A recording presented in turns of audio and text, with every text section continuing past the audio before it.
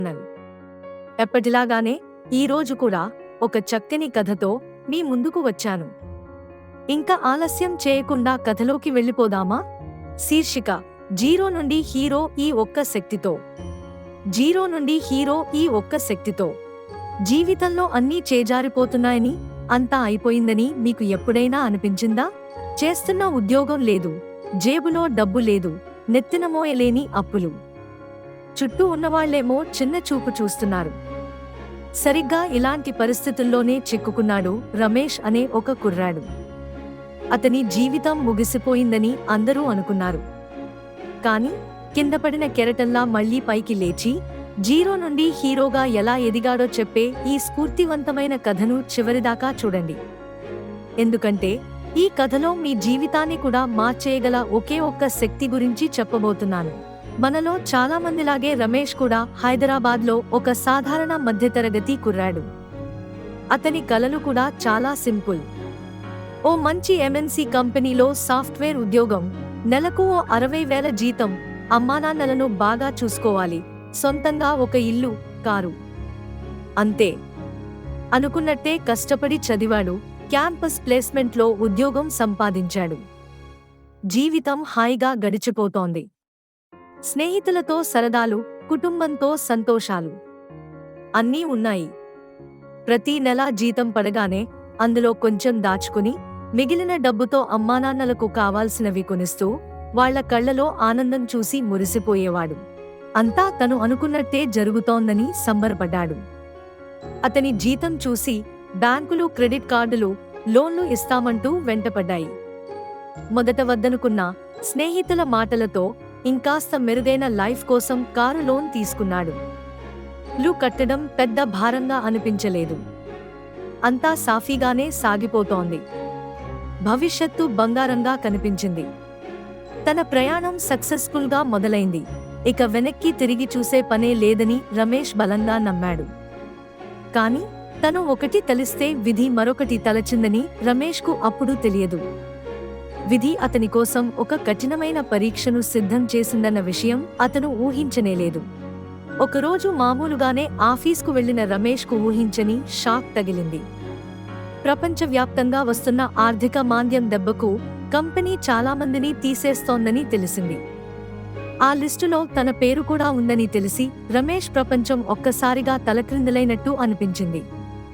HR manager పిలిచి 2 నెలల జీతం చేతిలో పెట్టి, రేపటి నుండి మీరు ఆఫీస్కు రావక్కర్లేదు అని చెప్పినప్పుడు అతని కాళ్ల కింద భూమి కదిలిపోయినట్టయింది. నిన్నటి వరకు తన పనిని పొగిడిన వాళ్లే ఇవాళ తన అవసరం లేదనడాన్ని అతను జీర్ణించుకోలేకపోయాడు. బరువెక్కిన గుండెతో ఇంటికి వచ్చాడు. అమ్మానాన్నలతో ఏం చెప్పాలో తెలియలేదు. ప్రాజెక్ట్ మారింది, కొన్నాళ్లు వర్క్ ఫ్రం హోం అని ఓ అబద్ధం చెప్పాడు. కాని అబద్ధం ఎన్నాళ్లు దాగగలదు? రోజూ ల్యాప్టాప్ ముందు కూర్చోవడం, 100 జాబ్ పోర్టల్స్లో రెజ్యూమే పంపడం, ఇంటర్వ్యూలకు వెళ్లడం, ఇదే అతని దినచర్యగా మారింది. కానీ బయట పరిస్థితి చాలా దారుణంగా ఉంది. ఎక్కడా సరైన అవకాశం రాలేదు. కొన్ని కంపెనీలు సగం జీతానికి రమ్మన్నాయి, మరికొన్ని అసలు స్పందించనే లేదు. ఇంతలో కారులు, క్రెడిట్ కార్డ్ బిల్లులు మెడ మీద కత్తిలా తయారయ్యాయి. దాచుకున్న డబ్బులన్నీ అయిపోయాయి. బ్యాంకుల నుండి ఫోన్ కాల్స్ మొదలయ్యాయి. మొదట్లో మర్యాదగా మాట్లాడిన వాళ్లే నెమ్మదిగా బెదిరించడం మొదలుపెట్టారు. ఇంట్లో విషయం తెలిసింది. బంధువుల నోటికి పని దొరికింది. అంత అవసరమా కారు కొనడం? చూడు, ఉన్న ఉద్యోగం పోగొట్టుకుని ఇంట్లో కూర్చున్నాడు, వీడికి బాధ్యత లేదు లాంటి మాటలు బాణాల్లా గుచ్చుకున్నాయి. ఒకప్పుడు వాడి కాళ్ల మీద వాడు నిలబడ్డాడని పొగిడిన నోళ్లే ఇప్పుడు చులకనగా మాట్లాడటం మొదలుపెట్టాయి. అప్పులు పెరిగి లక్షల్లోకి చేరాయి. బయట ఎక్కువ వడ్డీకి అప్పులు చేయాల్సి వచ్చింది. వాళ్లు ఇంటి మీదకు వచ్చి గొడవ చేయడం మొదలుపెట్టారు. ఈ టెన్షన్తో తండ్రి ఆరోగ్యం దెబ్బతింది. ఇంట్లో ప్రశాంతత లేకుండా పోయింది.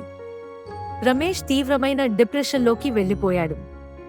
స్నేహితులు కూడా మెల్లగా దూరమయ్యారు. ఒకప్పుడు పార్టీలకు పిలిచిన వాళ్లే ఇప్పుడు ఫోన్ చేస్తే ఎత్తడం మానేశారు. తను ఒంటరివాడినయ్యానని, తన జీవితం ముగిసిపోయిందని రమేష్ ఒక చీకటి గదిలో మగ్గిపోసాగాడు. ఆత్మవిశ్వాసం సున్నాకి పడిపోయింది. నేను దేనికీ పనికిరాను, నా వల్ల ఏదీ కాదు అనే ఆలోచన అతని మెదడును తొలిచేస్తోంది. అప్పుల ఊబిలో పూర్తిగా కూరుకుపోయాడు. బయటపడే దారి కనిపించలేదు. రోజులు గడిచిపోతున్నాయి. రమేష్లో ఏ మార్పు లేదు. గడ్డం, జుట్టు పెరిగిపోయి కళ్ల కింద నల్లటి వలయాలతో నిర్జీవంగా తయారయ్యాడు. ఒకరోజు రాత్రి అందరూ నిద్రపోయాక తన పాత కాలేజీ ఫోటో ఆల్బం తీసి చూస్తున్నాడు. ప్రతి ఫోటోలో తను ఎంతో నమ్మకంతో నవ్వుతూ కనిపించాడు. స్పోర్ట్స్ మీట్లో గెలిచిన ట్రోఫీతో ఉన్న ఫోటో, ఫెయిలైన సబ్జెక్టును మళ్లీ పట్టుదలగా పాసైనప్పుడు స్నేహితులతో తీసుకున్న ఫోటో, అన్నీ చూస్తుంటే అతనికి తెలియకుండానే కన్నీళ్లు ఆగలేదు. అప్పుడే అతనిలో ఒక ఆలోచన మెరుపులా మెరిసింది.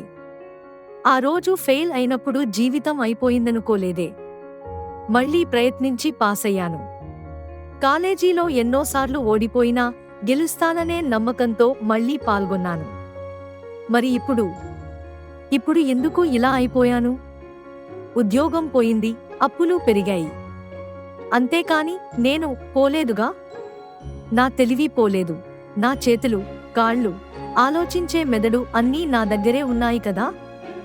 బయట ప్రపంచం నన్ను నమ్మడం మానేసింది. నాకు నేను ముఖ్యం. ముందు నన్ను నేను నమ్మాలి. అవును, నన్ను నేను నమ్మాలి. ఆ క్షణం అతనికి ఒక గొప్ప సత్యం అర్థమైంది. మనల్ని కింద పడేసేది బయటి పరిస్థితులు కాదు, ఆ పరిస్థితులకు మనం భయపడి మన మీద మనమే నమ్మకం కోల్పోవడం. మనల్ని పైకి లేపేది డబ్బు కాదు, ఇతరుల సహాయం అంతకన్నా కాదు. మనల్ని మనం నమ్మే ఆత్మవిశ్వాసం అనే అంతర్గత శక్తి. స్వామి వివేకానంద చెప్పిన మాటలు అతనికి గుర్తొచ్చాయి. నీలో ఉన్న అపారమైన శక్తి గురించి నీకు తెలిసింది చాలా తక్కువ. ఆ శక్తి బయటెక్కడో లేదు, అది తనలోనే ఉంది. ఆ శక్తి పేరే ఆత్మవిశ్వాసం. అది ఉన్నంత వరకు ఎన్నిసార్లు పడినా తిరిగి లేవొచ్చు. ఆ రాత్రి రమేష్ ఒక నిర్ణయం తీసుకున్నాడు. ప్రపంచం కోసం కాదు, తన కోసం. తనను తాను మళ్లీ నిరూపించుకోవాలి. నన్ను నేను నమ్మడం అనే ఆ ఒక్క ఆయుధంతో ఈ యుద్ధంలో గెలవాలని నిశ్చయించుకున్నాడు. అతని హీరో ప్రయాణం ఆ చీకటి గదిలో ఆ క్షణంలోనే మొదలైంది. మరుసటి ఉదయం రమేష్ ఒక కొత్త మనిషిలా నిద్రలేచాడు. ముందుగా తన గదిని శుభ్రం చేసుకున్నాడు. నెలల తరబడి పేరుకుపోయిన చెత్తనంతా బయటపడేశాడు. నీట్గా షేవ్ చేసుకుని అద్దంలో చూసుకున్నాడు. ఆ కళ్లలో ఇప్పుడు నిరాశ లేదు, ఒక కొత్త పట్టుదల కనిపించింది. ఒక కాగితం తీసుకుని తన సమస్యలన్నిటినీ రాశాడు. అప్పుల వివరాలు, నెల ఖర్చులు, తనకున్న స్కిల్స్, తను చేయగల పనులు అన్నీ రాసుకున్నాడు. సమస్యను చూసి భయపడటం ఆపి దాన్ని ఎలా పరిష్కరించాలో ఆలోచించడం మొదలుపెట్టాడు. అతని మొదటి అడుగు ఖర్చులను తగ్గించుకోవడం. అనవసరమైన వాటిని పూర్తిగా పక్కన పెట్టాడు. ఇంట్లో వాళ్లతో కూర్చుని మాట్లాడి తన ప్లాన్ను వివరించాడు. తండ్రికి ధైర్యం చెప్పాడు. రెండవ అడుగు ఆదాయాన్ని సంపాదించడం. పెద్ద ఉద్యోగం కోసం చూస్తూ కూర్చుంటే లాభం లేదని అర్థమైంది. వెంటనే తన ఏరియాలో ఉన్న కాలేజీ విద్యార్థులకు ట్యూషన్లు చెప్పడం మొదలుపెట్టాడు. ప్రోగ్రామింగ్లో మంచి పట్టు ఉండటంతో స్టూడెంట్స్కి ప్రాజెక్టులు చేయడంలో సహాయం చేశాడు. మొదట్లో నెలకు 5-10,000 మాత్రమే వచ్చాయి. ఆ డబ్బును నేరుగా ఎక్కువ వడ్డీ ఉన్న అప్పులు తీర్చడానికి ఉపయోగించాడు. అదే సమయంలో ఫ్రీలాన్సింగ్ వెబ్సైట్లలో ప్రొఫైల్స్ క్రియేట్ చేసుకున్నాడు. చిన్న చిన్న కోడింగ్ పనులు, వెబ్సైట్ పనులు చేయడం మొదలుపెట్టాడు. ఒక్కో పనికి $50-100 వచ్చేవి. ఇది అంత సులభం కాదు. రాత్రింబవళ్లు కష్టపడాల్సి వచ్చింది. చాలాసార్లు క్లయింట్లు తిరస్కరించారు. కానీ రమేష్ పట్టు వదల్లేదు. తన మీద, తన పని మీద అతనికి నమ్మకం ఉంది. ప్రతి తిరస్కరణను ఒక పాఠంగా తీసుకుని తన నైపుణ్యాలను మరింత మెరుగుపరుచుకున్నాడు. నెమ్మదిగా అతని పనికి గుర్తింపు రావడం మొదలైంది. ఫ్రీలాన్సింగ్ ప్లాట్ఫామ్స్లో మంచి రేటింగ్స్ వచ్చాయి. ఇప్పుడు తను పని కోసం వెతకడం కాదు, పనే తనని వెతుక్కుంటూ రావడం మొదలైంది. అతని ఆదాయం పెరిగింది. ఒక్కొక్కటిగా అప్పులు తీర్చడం మొదలుపెట్టాడు. బ్యాంకుల నుండి వచ్చే బెదిరింపు కాల్స్ ఆగిపోయాయి. ఇంట్లో మళ్లీ నవ్వులు విరిశాయి. రమేష్ కేవలం డబ్బు సంపాదించడం మీదనే కాదు, తన ఆరోగ్యంపైన దృష్టి పెట్టాడు. రోజూ ఉదయం యోగా, ధ్యానం చేయడం అలవాటు చేసుకున్నాడు. ఇది అతనిలో పాజిటివ్ ఆలోచనలను నింపింది. 2 సంవత్సరాలు గడిచాయి. ఈ రోజు రమేష్ ఒక కంపెనీలో ఉద్యోగి కాదు. అతనే ఒక చిన్న స్టార్టప్ కంపెనీకి యజమాని. తనలాంటి 4 కుర్రాళ్లకు అతను ఇప్పుడు ఉద్యోగం ఇస్తున్నాడు. ఒకప్పుడు ఏ బ్యాంకులు అయితే అతన్ని వేధించాయో, అవే బ్యాంకులు ఇప్పుడు అతని కంపెనీకి బిజినెస్ లోన్ ఇస్తామంటూ వెంటపడుతున్నాయి. కొత్త కారు కొన్నాడు. కలలు కన్న ఇంటి కోసం డౌన్ పేమెంట్ కూడా కట్టాడు. కానీ ఈ విజయం అతనికి గర్వాన్ని ఇవ్వలేదు, వినయాన్ని నేర్పింది. డబ్బు, హోదా శాశ్వతం కాదని కష్టకాలంలోనే నేర్చుకున్నాడు. కానీ మన మీద మనకు ఏర్పడిన నమ్మకం, ఆ ఆత్మవిశ్వాసం అనే శక్తి ఎప్పటికీ మనతోనే ఉంటుందని గ్రహించాడు. అదే మనల్ని ఎన్నిసార్లు కింద పడేసినా తిరిగి లేచి నిలబడేలా చేస్తుంది. చూశారుగా, ఈ కథ మనకు ఏం చెబుతోందో. నీ జీవితంలో నువ్వు జీరో అవ్వచ్చు. నీ ఆస్తులన్నీ పోవచ్చు. నీ చుట్టూ ఉన్నవాళ్లు నిన్ను ఒంటరిని చేయొచ్చు. కానీ నిన్ను నువ్వు నమ్మడం అనే ఒక్క శక్తి నీ దగ్గర ఉంటే చాలు. ఆ ఒక్క శక్తి నిన్ను జీరో నుండి హీరోగా మార్చగలదు. నువ్వు కోల్పోయిన ప్రతిదాన్ని రెట్టింపుగా తిరిగి ఇస్తుంది. సమస్యలు మనల్ని నాశనం చేయడానికి రావు, మనలో దాగి ఉన్న శక్తిని మనకు పరిచయం చేయడానికే వస్తాయి. ఆ శక్తిని ఆయుధంగా మార్చుకున్నవాడే అసలైన విజేత. రమేష్ మీకు నచ్చిందా? మీరు కూడా ఏదైనా సమస్యతో పోరాడుతున్నారా?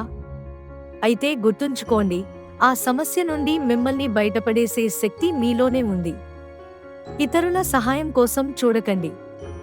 మిమ్మల్ని మీరు నమ్మండి. మీ లక్ష్యం వైపు ఈ రోజే మొదటి అడుగు వేయండి.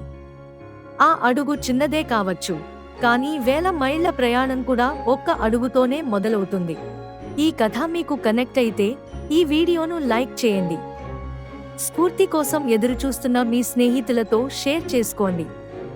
ముఖ్యంగా ఆత్మవిశ్వాసంతో మీరు సాధించిన ఒక చిన్న విజయాన్ని అయినా కింద కామెంట్స్లో మాతో పంచుకోండి.